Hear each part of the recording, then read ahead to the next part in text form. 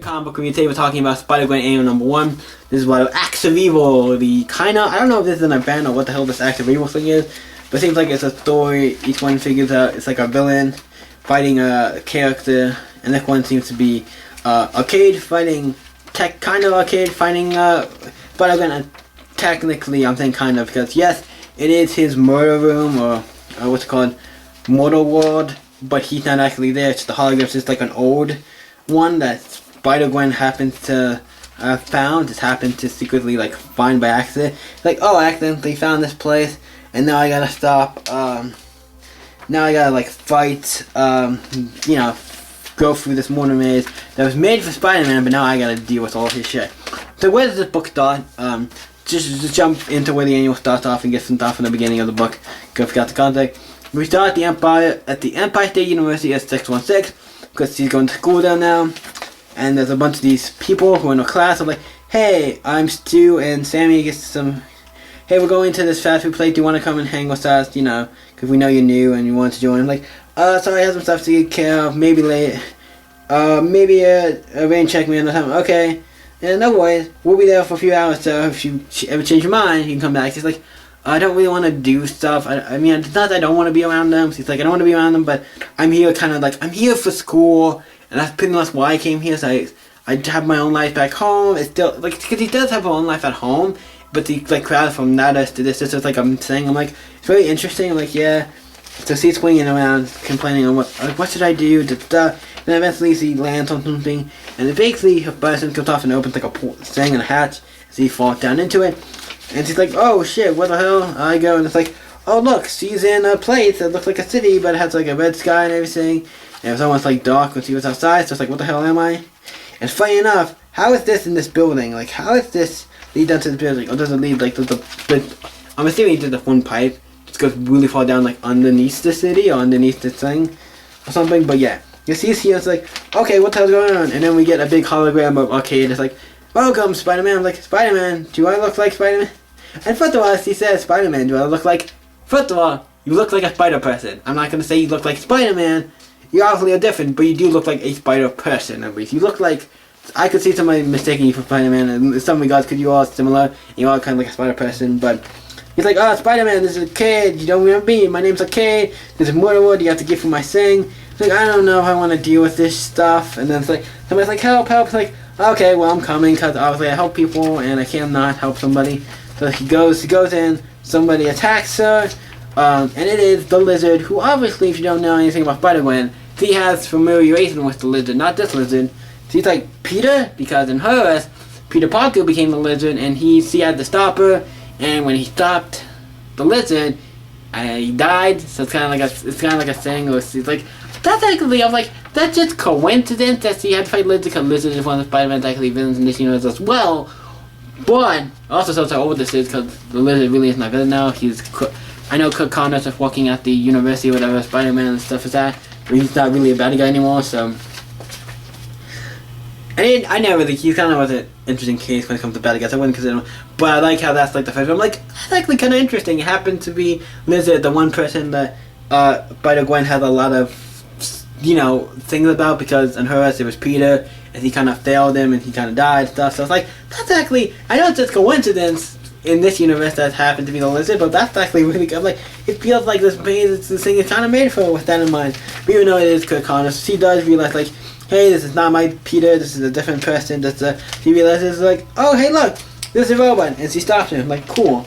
I'm like, okay, so what? She webs it up, keeps it from doing stuff. So like, okay, so what's next? So then it had the montage of her fighting, like, the Vulture, Kraven the Hunter, Green Goblin, and Rhino. I'm like, oh cool, we get all of Spider-Man's folk gallery, at least most of them, because all those guys are villains.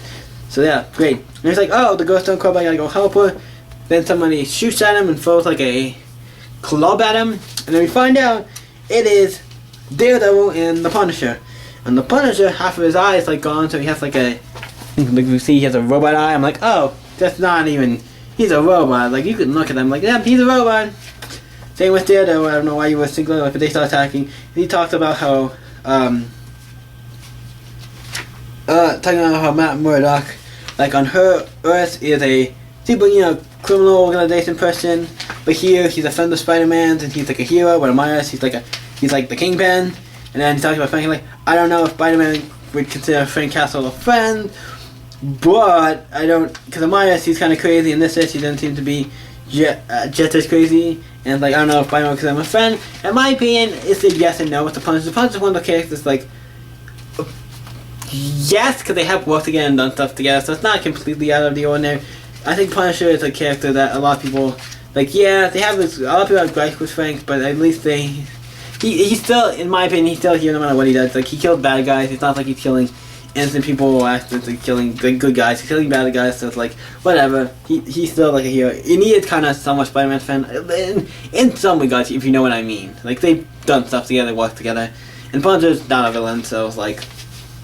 And then C obviously attacks him and beats Punisher, and then beats Daredevil, so he keeps rid of that. So he goes out to find out who the person was, the girl was who was screaming.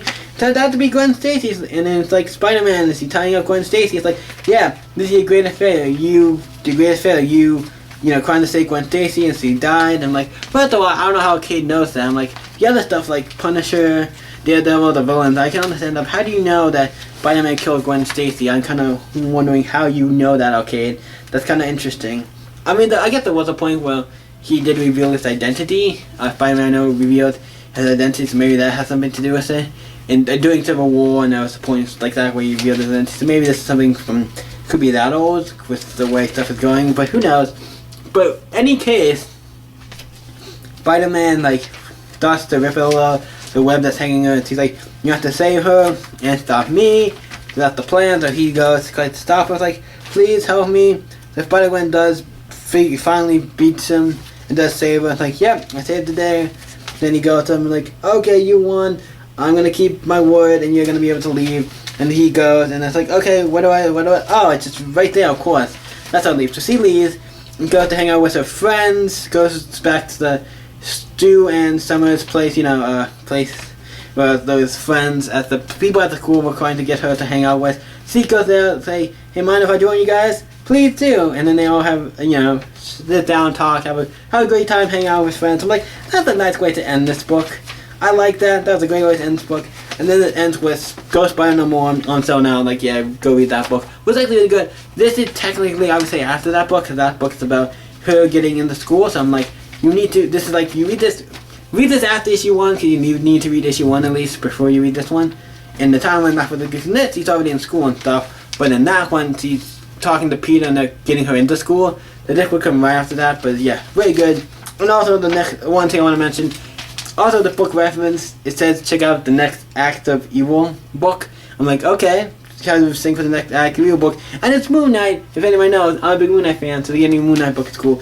It's Moon Knight Annual #1. I'm like, cool, he doesn't have a book out now, but I'll read a Moon Knight Annual any day of the week, and it looks really cool. It looks like he's taking a Crane the Conqueror, so I'm kind of curious, and now that could be a cool time. Something I could usually Crane has to do with time, but that was a great book. What do I rate Spider-Gwen Annual #1? Because it was actually, like I said, it was a great book. It was a great like standalone annual, and it was really great. And I don't know what the Act of Evil thing is, but still cool. Does Act of Evil have anything? It was like the Act of Vengeance, kind of like similar to Act of Vengeance. I don't know, but this book was cool. So we're gonna rate this I gotta give it a. It's gonna be an 8 or 9, and I don't know which one I want to give it. Cause like the art for this book is great. There's nothing wrong with the art. I think it's fine. The art's fine. The book is fine. Like I'm kind of thinking what I want to give. We'll give it a 9. We'll give it a 9. It was actually really good. I enjoyed it for a single story. It did its job. It did it well. It was great. I'm gonna give it a 9. So what do you guys think of Spider-Man, Ghost Spider, Annual #1? Let me know in the comments down below and let's talk about it. Yeah, you can always stay epic. See you next week, guys.